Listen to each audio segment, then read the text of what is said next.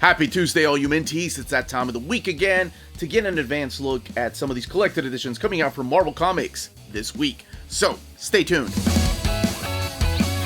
Before getting started, I'm going to give a huge shout out to David Gabriel and the fine folks at Marvel for sending us advanced copies of these collected editions.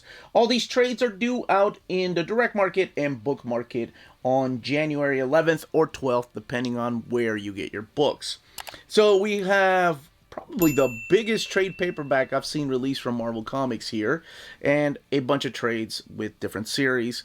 Don't forget that I do put timestamps in the description of the video so you can jump around and skip the books you're not interested in, or in case you don't want any spoilers, for example, with Daredevil, because there is, even though I don't like to talk about spoilers, sometimes you can't help turning the pages and things are revealed that happened in previous volumes. Now, there's also a Avengers West Coast epic collection that came out this week, Darker Than Scarlet. It's by John Byrne. I didn't get a copy of it, but if I do, it will be covered next week, just in case you're wondering why it's missing from here. So, let's go ahead and get started. Kicking off this week is War of the Bounty Hunters. It's the new crossover event, but this time we're looking at Bounty Hunters, the ongoing series. So it's a little bit confusing. This title is really Bounty Hunters, and it's War of the Bounty Hunters is the big event that's going on through the pages of Star Wars.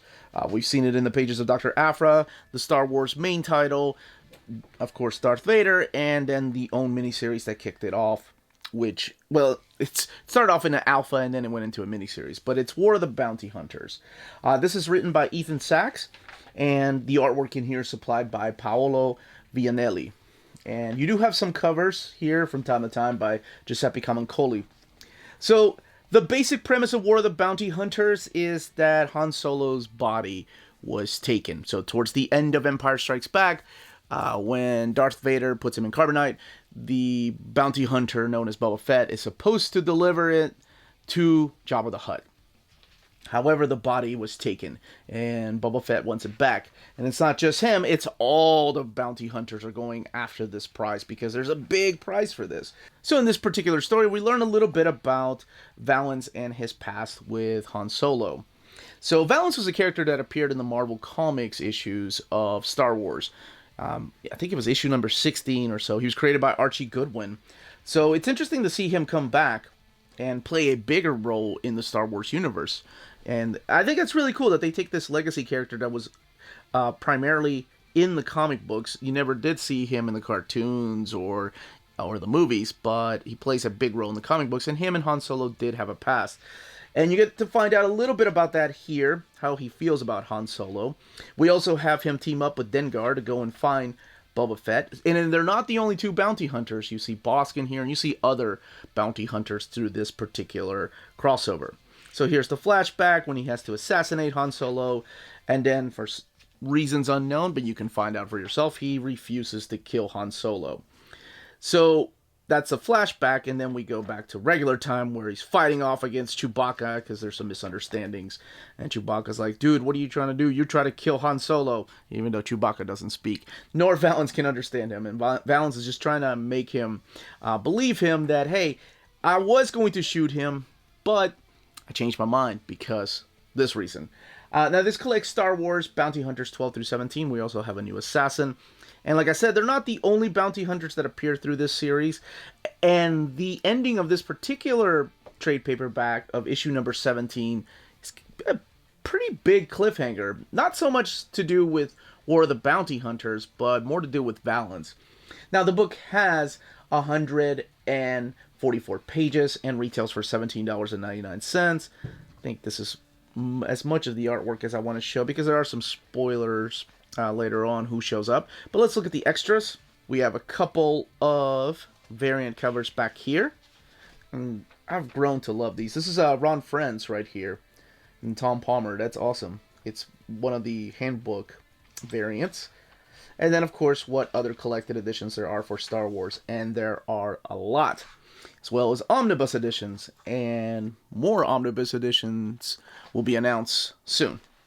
Daredevil by Chip Zdarsky. This is Lockdown. So this is volume 7 of his phenomenal run.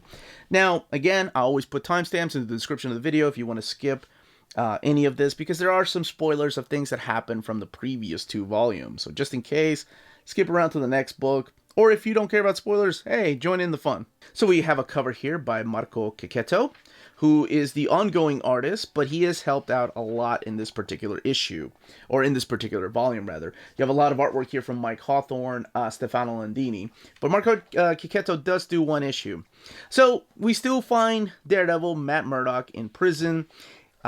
He's trying to figure out exactly what this warden is doing with this prison here. What's he doing with these prisoners? And lawyer Matt steps up. They don't need Daredevil Matt. This is a pretty interesting look at him. And then we have Alice with Elektra. Seems like Elektra is trying to train Alice to be a fighter.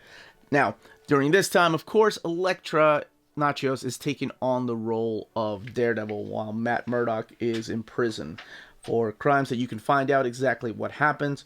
And also during this time, it's important to note that we have a new Kingpin, because the Kingpin, Wilson Fisk, as we know, is now mayor of New York. We have Bullseye come back having crazy visions about an angel, and this particular angel is just telling him, you know, just shoot everybody. And that's what this is. So there's a huge killing spree throughout this volume, and it's up to Elektra to stop Bullseye. Now, of course, they have a huge history. I mean, this is the guy that stabbed her with a sai and killed her at one time when she was believed to be dead. She does have a run-in with Spider-Man. Spider-Man immediately knows who's under that mask. Now, there's another Daredevil that shows up later on, and I thought that fight was awesome because there's a team-up between the 2 Daredevils and against Bullseye. Is it Matt Murdock? I don't know. You can find out for yourself. I thought it was a really cool twist that I didn't see coming. Now, I do want to show off. Yeah, here we go. Issue 33. This is the one with Marco Cecchetto coming back and doing this artwork. So this does collect issues 31 through 36 of Chip Zdarsky's ongoing Daredevil series. It has 144 pages and retailing for $17.99. I cannot wait to see this in oversized format. I know we have oversized hardcovers that are coming around, but not fast enough, so I read it this way. This was another fun volume, and it's... Here, let's look at the extras. A couple variants. And it's crazy that this level of professionalism and storytelling continues with this. Sometimes, you know, you see a writer and artist come on a book, and they kick ass for that first story arc, and then it kind of slows down afterwards. But with this, it's just been one roller coaster. But the roller coaster keeps going up, not really down. I don't see anything bad that I enjoy. I mean, yeah, I would love Marco Cecchetto's artwork in every issue, but the fill-in artists they've chosen are great. Now, let's keep going. The United States of Captain America. Now, this one I find interesting because it's one that I didn't see a lot of hype other than the immediate hate that a lot of the costumes got online. A lot of my viewers shared some of these things people were saying about it, but I don't know. I never judge a book based on character designs. I judge it, you know, based on the story. It's crazy. But I got excited when I saw Christopher Cantwell attached to it because I've been enjoying the hell out of his Iron Man, and I really like this Doctor Doom series. And then we also have one of my favorite artists, Del Eaglesham. Now, Del Eaglesham is not for everybody. He draws super muscular dudes. Reminds me a lot of like Liam Sharp, but not to that extreme. And I also love Liam Sharp. He had a run with Jeff Jones on JSA. And then you have Ron Lim doing the fill-in of issue number 4. So the premise of this, and you have covers, I forgot, by Alex Ross. I do have to mention that. The premise of this is pretty basic. You have Steve Rogers questioning what it means to be a patriot, whether he is symbol of Captain America is doing good for the country, or if it's making it worse, if it's making it divided. Now, that's not a unique thing for Steve Rogers to be thinking, because we've done that before. We've done that through Mark Gruenwald's run. Just about every writer that has had a long stint on Captain America has made Captain America question, you know, himself and what he stands for. Is he really doing America a solid by staying on as Captain America, being the symbol when he's supposed to represent so much more? So what's interesting about this, though, is that while he's sitting there and just moping around, his shield gets stolen by somebody dressed as Captain America. And this Captain America is faster and takes the shield, which is crazy. Now, you can find out, because there is a little bit of a twist as to who that Captain America is later on. I didn't see coming, and if you saw it coming, good on you. Because what? So the rest of the issues, because it's a 5-issue miniseries, is about the quest of getting that shield and running into other Captain Americas across America. So it's not just Steve Rogers, but it's also Sam Wilson that joins him on this, and then eventually, of course, Uncanny Omar talk pretty one day, of course, Bucky Barnes. So in this particular issue number 1, they run into this character right here. His name is Aaron Fisher, and he's taking on the hood of Captain America. And he said he's not the only one. There are several across the nation. We also have this assassin here who has looks to be a female, and you can find out who that is, trying to take out these Captain Americas. So it's up to Captain America, Sam Wilson, and like I said, Bucky Barnes, and these new Captain Americas, to go and retrieve his shield, because it's a big symbol that's important to him and what he stands for. Now, each of these issues has a backup story, getting to know more of the character that was introduced through the main plot. And then all the way in the back, you get to find out a little more about those characters, like Aaron Fisher, the age, last known location, data. And through each issue, he meets another Captain America, or somebody else wearing Captain America symbol. And then in the back, you get a little more of an introduction as to who the character is, and so on. And that's the basic premise of this 5-issue miniseries. The twists and turns, like I said, who turns out to be Captain America, I didn't see coming. Who that lady assassin is, that actually makes sense. And who is behind all this? Yeah, it's about time that character shows up. So the book retails for $17.99. It has 168 pages. Let's look in the back here for some extras. And by the way, this is Del Eaglesham. I do want it, before we look at the extras, let me see if I can find. Here we go, some Ron Lim pages. That's what we needed. Yeah, I just wanted to show off a little bit of Ron Lim's art, and then, of course, U.S. Agent, because, I mean, what is this story of Captain America's coming together without John Walker? Now, let's look in the back for extras. So here we have some of the variant covers in thumbnail size. Most of these are just character designs, though, except for that Todd Knock cover there. Now it's the part of the segment where I get to hold up the spines, so you can pause, hit like, please, and subscribe if you haven't subscribed yet. And let's continue. Moving on to the next book, and that is Shang-Chi. Been saying Shang-Chi for 30 plus years. It feels so weird calling him Shang-Chi, but hey, if that's the way the man pronounces his name, who am I to argue? Omar, not Uncanny Omar. But anyway, here we have Shang-Chi versus the Marvel Universe. Title's a little deceiving, because when you see something like that, you expect him to go head-to-head with the entire Marvel Universe. But no, he doesn't. It's one at a time, really. Even the covers are a little bit of misguidance. The covers, speaking of covers, are all done by Lionel Francis Yu. And the writing, this is all written by Luen Yang, who love the Hoop story, and of course, Boxers and Saints, and he had a run on Superman, which was very underrated. But the artwork here is something I do want to talk about. This is Dike Ran, and Dike Ran's artwork reminds me of Mahmoud Asrar, reminds me of the style of art that seems to be very popular and dominating comics these days, like Stuart Eminem or Pepe Larraz or R.B. Silva, just to name a few of the artists that have this type of art. It's like a mix between anime and Western animation with American comic. I happen to like it, so I don't mind it at all. I think it's great. So the basic premise of the story is of Shang-Chi taking his role as leader of the Five Weapons Society. And, of course, this is an evil organization, and it kind of reminds me a little bit of what happened with, Wolverine, or for that matter, the Shadowlands story with Daredevil. He's trying to do good with this evil organization. His brothers and sisters are back, and I love that they're all like Deadly Dagger, Deadly Bowstaff. Of course, he's the Deadly Hands. But he is now the leader of this organization, and Spider-Man shows up, just checking on him. They have a team up. Then you have Captain America show up because he wants the Cosmic Cube, and for some reason, so does Shang-Chi and his organization. But like I said, they're trying to do good, so it could have something to do with that. You can find out for yourself. The one shocking, this right here, is Wolverine showing up. And there's an actual purpose of Wolverine showing up to meet this one particular character, because he wants to invite this character to of course, Krakoa, where the island, the nation of mutants. So, yes, one of the deadly characters is a mutant, according to Wolverine and the readings of Cerebro and Professor X. But I thought that was cool. I like, I always am a sucker for crossovers or when characters show up in books, as long as they have a purpose and reason. So it makes sense. And Yang's writing is solid. Like his Captain America, his Spider-Man, he is a solid writer. He's a guy, he's a fan of comics, right? But that doesn't necessarily translate to a good writer, unfortunately. But this is what the artwork looks like. There's a lot of plot twists and turns. There's somebody from the negative zone that is communicating with some of these characters.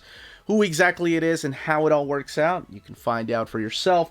The book retails for $17.99, and this collects the 2021 series of Shang-Chi, the first 6 issues, and retails, no, I already said retails for $17.99, I'm sorry. This has 136 pages. As far as the extras, we do have some variants all the way in the back. Some of them are splash page variants, and then some of them are thumbnail variants. They're the variants to the first 6 issues, and these are all done by Michael Cho. And then other books of Shang-Chi. And if you've not read this one here, The Brothers and Sisters, this is what really sets it off. Because this is considered Volume 2, even though it collects the first 6 issues of the 2021 series. Next up is Immortal Hulk. What? There's another one, you say? Yes, I say. And I was also surprised too. But it makes sense that they did this. This is Apocrypha. This is considered Volume 11 of Immortal Hulk.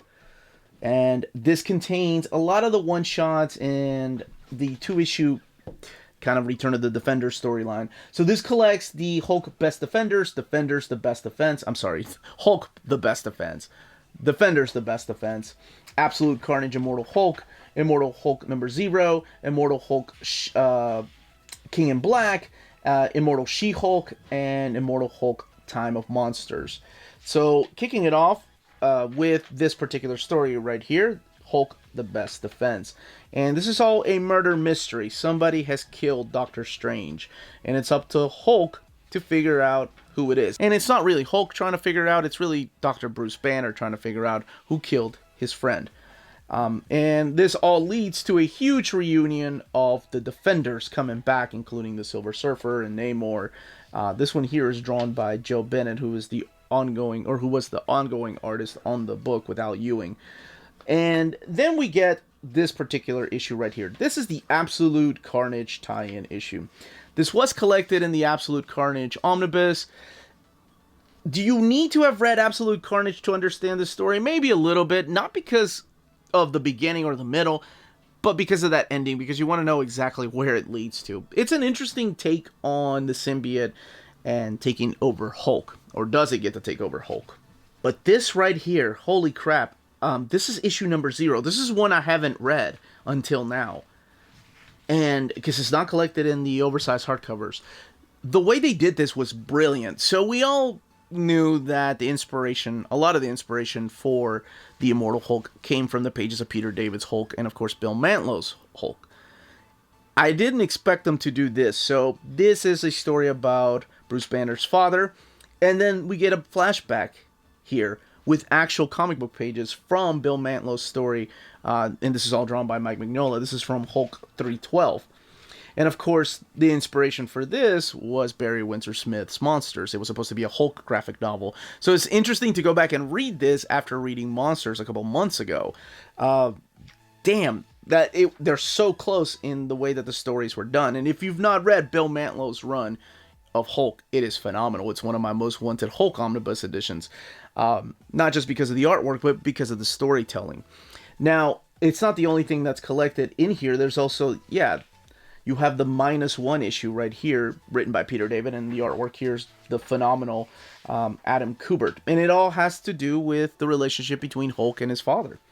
So that's really cool that they collected the issues, not as a whole, but as part of the story. And then you have the Immortal She-Hulk, questioning what it means to die. I really like this. This was I think it was collected in the Empire Omnibus, if I'm not mistaken. And then you get probably one of my favorite stories here, and this is from the King in Black crossover. So this is the King in Black Immortal Hulk, and this is all a silent issue. It's just the symbiotes, Null's symbiotes, trying to take over Hulk. And it's interesting because they're two different Hulks between this and Absolute Carnage. And that's got to do with the fact what Hulk was going through in the pages of his own comic. And then it wraps up with this story back here. This is Immortal Hulk, Time of the Monsters. Oh, and sometimes the variant covers are on the opposite page of the main cover, so you don't really have a lot in the back. This is just a story of the legacy of Hulk and how it's always been there since BC. So this all takes place, like, I think this is 99,000 BC or something like that. And it's a story very similar to that of Hulk's, but it adds really to the whole mythos of the Incredible Hulk. And I would love to see all of this. Let's see if there's anything in the back. We do have some variants in the back, and I am censoring that final page of the Time of Monsters, so nothing gets spoiled for you all. I would love to see all this collected in an omnibus format. I know people have asked me, when is it coming? When is it coming? I will say this, after reading this, and after reading the Gamma Corp, they are just as important as the ongoing issues, and I would not want Marvel to skip out on them. So I think if and when we get an Immortal Hulk omnibus, there's enough for 2 volumes. And speaking of 2 volumes, I forgot to mention this one has 248 pages and retails for $24.99. Speaking of pages, we're talking about the biggest trade paperback I believe that Marvel has released. This is X of Swords, or 10 of Swords if you've read it already and you know what the story's about. But it's like Marvel said, okay, we have the Epic line, we can split this book up into 2. The epics are usually about 400 to right a little bit over 500 pages. The Marvel said, hold my beer, because, man, this is a thick book. So, X of Swords. Let's look at this and look at the artwork, because I always have a fear of these books just starting to get a crease right there. So I always, in my overviews, before I do my overviews, like I did with every single compendium I've had, I always like to make sure I read these in the most extreme ways. Hey, that's what review copies are for. So you can keep yours in mint condition, not keep mine in not even near mint. This is more like good when I get done with them. But so far, I've had good luck with them. The compendiums from DC have been solid. And I mean, I have bent the hell out of those books. Same thing with Spawn. However, Spawn Compendium Volume 2 did end up with a giant crease down the middle. Did not survive the training exercises I gave it, I guess. But this one here, as you can probably tell, I did the exact same thing with this. No crease down the middle. Love seeing that. Because this book has 720 pages. It is a thicker than a Snicker trade paperback. It also has a retail price of $75. The most expensive trade paperback I've seen come out of Marvel Comics. And I think the most expensive trade paperback in general that I think. I've seen some trade paperbacks from independent companies that are huge, like trade paperback size, but have over like 900 pages, and those are about $100. But this here, I think from the big 2, I think is the most expensive. So that's one thing to keep in mind. This does collect the X of Swords creation, Stasis and Destruction, the X-Men 12 through 15. Of course, this is all taking place during the Dawn of X era. This is actually the end of the Dawn of X era. Excalibur 13 through 15, Marauders 13 through 15, X-Force 13 and 14, New Mutants number 13, Wolverine 6 and 7, Cable 5 and 6, Hellions 5 and 6. Hell yeah, those issues are brilliant. And X-Factor number 4. So that's what this collects. The exact same material that was collected in the oversized hardcover, but that one was printed in Versailles, Kentucky, from anywhere outside of Kentucky. And this one here is printed where most of the Epic collections are printed, and that is the Salisco printer. So the basic premise of this is that there is another island besides Krakoa, and those mutants from that island that can cross over from Otherworld, that's how they're using Otherworld to come over, want these 2 islands reunited like they were at one time. So this has a lot to do with the externals, a lot to do with Apocalypse, and what they decide to do is have a tournament. 10 of their best fighters over there from that island against 10 of our best fighters. I said R. Yeah, I mean it. I consider myself a mutant that lives in Krakoa. I'm just going to be in that hot tub party all day, every day. Anyway, that's what this is. Now, if you're expecting every single issue to be just balls out, fighting with swords, you might be disappointed because some of them are trivia, some of the categories are really odd, some of the fights are interesting the way they do it, so expect high-level Excalibur, Alan Davis Days Excalibur, if you're familiar with his run, or even Chris Claremont's Days of Excalibur for some of the tournaments here. But there is some swords being slashed around, and the thing that I forgot to mention is that if you die during this tournament, you cannot be resurrected, because, well, we do have a rule in Krakoa, right? We do have a rule that we can resurrect characters, but not if you die during this tournament. And are there deaths? Oh, yeah. And in one big surprise, one of the characters, I was like, well, I didn't see that coming, but I'm sure that character will be back. And you can find out for yourself. It's an interesting read, that's for sure. Ups and downs, this one. I enjoyed a lot of it, and some of it I was like, nope, I do not agree with that. And other things I was like, yeah, okay, well, let's just get through this issue. But this is the biggest event for the Dawn of X era, right out of House and Powers of X. And then that leads to this. So this is what kickstarts the Reign of X era. And speaking of kickstarts, let's get to that extras. Because there are several extras back here. Like this wraparound. This is the variant cover. I don't think they're offering a variant cover with the trade paperback, though. I think it's just the cover that you saw there from Pepe Larraz. And you have a bunch of variants. Some of them are in splash pages, and some of them are in thumbnails. You have design variants. I really wish that all of them were in full size, because there are some gorgeous pieces that are in thumbnail size. Like that Peach Momoko piece right there. And then this is the connecting variant, which you see that they use for this cover here. X of Swords, Stasis variant. And more variants. 720 pages. Again, retailing for $75. That, as they say, is that. If you're interested in purchasing any of these books, don't forget to check out our sponsor, cheapgraphicnovels.com, your online home for brand new graphic novels and collected editions up to 50% off cover price. They pride themselves on packaging your books so they arrive safely and in excellent condition, as well as prompt and helpful service. Check out the bargain deals for up to 90% off cover price. CGN is excited to announce that they are now taking pre-orders. They're making it easier for you to ensure that you don't miss out on the hottest releases. CGN is currently running a special promotion for you minties. If you're a first-time customer, let them know that you were referred by Near Mint Condition at the checkout, and you'll receive a credit for free shipping on your next order. This promotion is valid for U.S. customers only. Cheap Graphic Novels, your source for the hottest books with the kind of deep discount and quality shipping and customer service that will keep you coming back for more. And these were some of the books that are coming out this week. Don't forget, there's also the Marvel epic Darker Than Scarlet. It's the Avengers West Coast storyline with John Byrne. If I do get a copy of it, you'll be seeing an overview of it next week. If you have any questions related to any of these books, let me know in the comments down below. And also let me know which ones you are picking up, just out of curiosity. Are you, like me, you cannot wait for Chip Zdarsky's next Daredevil? Is this the way you've been collecting the Immortal Hulk? And in what you think of the new Shang-Chi series. Again, this was the Uncanny Omar. Please don't forget this. And what do you think about calling him Shang-Chi? For 30 plus years, I've been calling him Shang-Chi. Yeah, that's what happens with the movies. Anyway, this was the Uncanny Omar. Thank you all so much for watching. Don't forget to smash that like button. Hit that bell for notifications. Subscribe if you haven't subscribed yet. We are on Patreon and on Spreadshop. Amazing ways to support the channel. And don't forget that Old Reader, New Reader comes back tonight at 8 p.m. Eastern Standard Time. And more importantly, everyone, stay healthy, stay safe, and much love.